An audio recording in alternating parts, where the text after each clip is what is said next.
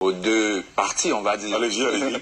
Voilà, la première question s'adresse à Maître Gueye et accessoirement à Maître Meïté. Pourquoi dans ces conditions que vous définissez, il a été refusé la délivrance de certificat de nationalité à M. Tidjane Thiam? Ça, c'est la première question.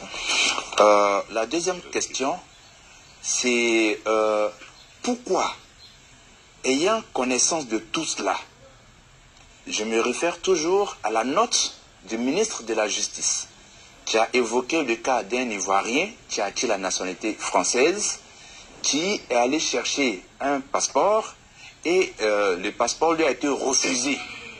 C'est le ministre qui l'a écrit noir sur blanc. Cela signifie que les services du passeport ont la possibilité de savoir que tel Ivoirien qui demande un passeport a acquis une autre nationalité. Mais dans le cas de M. Tidjane Thiam, c'était de notoriété qu'il avait pris la nationalité française. Pourquoi dans ces conditions, l'État de Côte d'Ivoire a accepté de lui délivrer un passeport? Ça, c'est en ce qui vous concerne. En ce qui concerne donc Maître Dadje, alors, en février, vous avez écrit sur votre mur Facebook, je lis, le PDCI et le PPACI ont deux candidats à la présidentielle d'octobre 2025 qui sont pour l'instant inéligibles. Et le Conseil constitutionnel ne va pas les louper. Ce n'est pas évident à dire, mais il devrait penser à d'éventuels plans B. C'est vous qui aviez écrit ça en février 2025. Au moment où vous n'étiez pas encore avocat de M. Tidjane Thiam.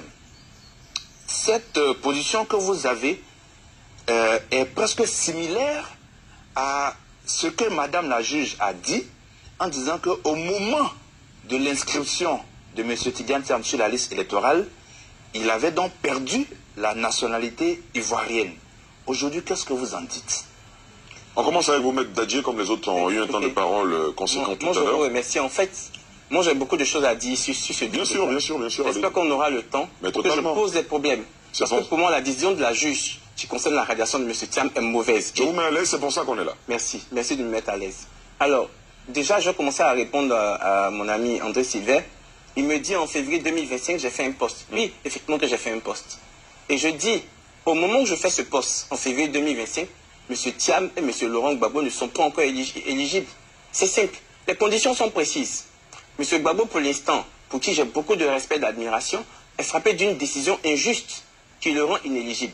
Décision pour moi que l'État ivoirien devrait retirer parce qu'ils l'ont jugé en son absence et ça ne se fait pas. On juge un homme en face de lui et il a les moyens de répondre à ce pourquoi on le poursuit. Je tiens à dire dans la petite parenthèse que j'ai assisté au début de ce procès de la BCAO. La BCAO est venue à l'audience. Elle a déclaré au président du tribunal que nous n'avons été victimes d'aucun vol. On lui a exigé de déposer un courrier constatant qu'elle n'a été victime d'aucun vol. La BCAO a déposé un courrier pour dire que nous n'avons subi aucun vol, donc nous ne demandons aucune réparation parce qu'on n'a rien perdu. Mais M. Laurent Gbagbo a quand même été condamné sur la base de la BCAO qui n'a rien perdu en son absence en matière pénale. Je trouve que c'est un peu gros. Pour moi, on devrait prendre une loi d'amnistie et tourner cette page. Maintenant, pour revenir là, donc M. Laurent Gbagbo, pour l'instant, si cette décision est toujours valable, il n'est pas éligible. C'est ce que je dis et je pèse mes mots. M. Tidjane Thiam avait la double nationalité en février 2025 quand je faisais ce poste. Il n'était pas éligible parce qu'il fallait être exclusivement ivoirien. Voilà le but de ce poste. Et il était précis. Voilà ce que je dis. Maintenant, pour revenir à mes contradicteurs, Monsieur Thiam. oui, pour revenir à mes contradicteurs que vous êtes, mes excellents confrères avocats, je pense que il faut qu'on fasse évoluer le débat et qu'on aille dans le fond des problèmes techniques pour que les Ivoiriens soient éclairés. Allons-y, allons-y. Alors, tantôt on nous dit que ce n'est pas un contentieux de la nationalité, tantôt on nous dit que c'est un contentieux de la nationalité. Fini de répondre aux questions de... Oui, bien sûr, peut-être vous allez avoir autant de parole, ne vous inquiétez pas. Non, je pense que je vais laisser la parole. Bien sûr, bien sûr. Vous patientez un peu, Maître Dadje. André Silver, qu'on aurait des questions à Maître Gueye, allez-y, Maître. Oui, j'ai noté que le juge aurait refusé de délivrer à M. Thiam son certificat de nationalité. C'est ce que vous avez demandé. Je pense que non. Vous ne pouvez pas me sortir une décision ou bien une acte par lequel le juge, le tribunal que je vois à Abidjan ici, a refusé à M. Thiam de lui délivrer son certificat. Ce que le juge a dit, c'est de dire qu'il y a une procédure sur le fond. Et cette procédure a des implications. Et pour cette raison, comme je suis saisi de 2 dossiers, pour ne pas avoir à me dédier, je préfère joindre les 2 dossiers ou attendre le retard de l'autre dossier avant de vous délivrer ou non le CETA que vous avez demandé. Voilà ce que le juge a dit. Ça ne veut pas forcément dire qu'on lui a refusé. S'il vous plaît, quand quelqu'un a la parole, on le laisse aller au bout, sans commenter en dessous, s'il vous plaît. On n'a pas délivré, mais on a donné des raisons. Et le juge a bien fait d'écrire noir sur blanc un document pour expliquer ce qu'il voulait dire. Donc ce n'est pas un refus comme ça, non. C'est rare que les juges motivent souvent les rejets.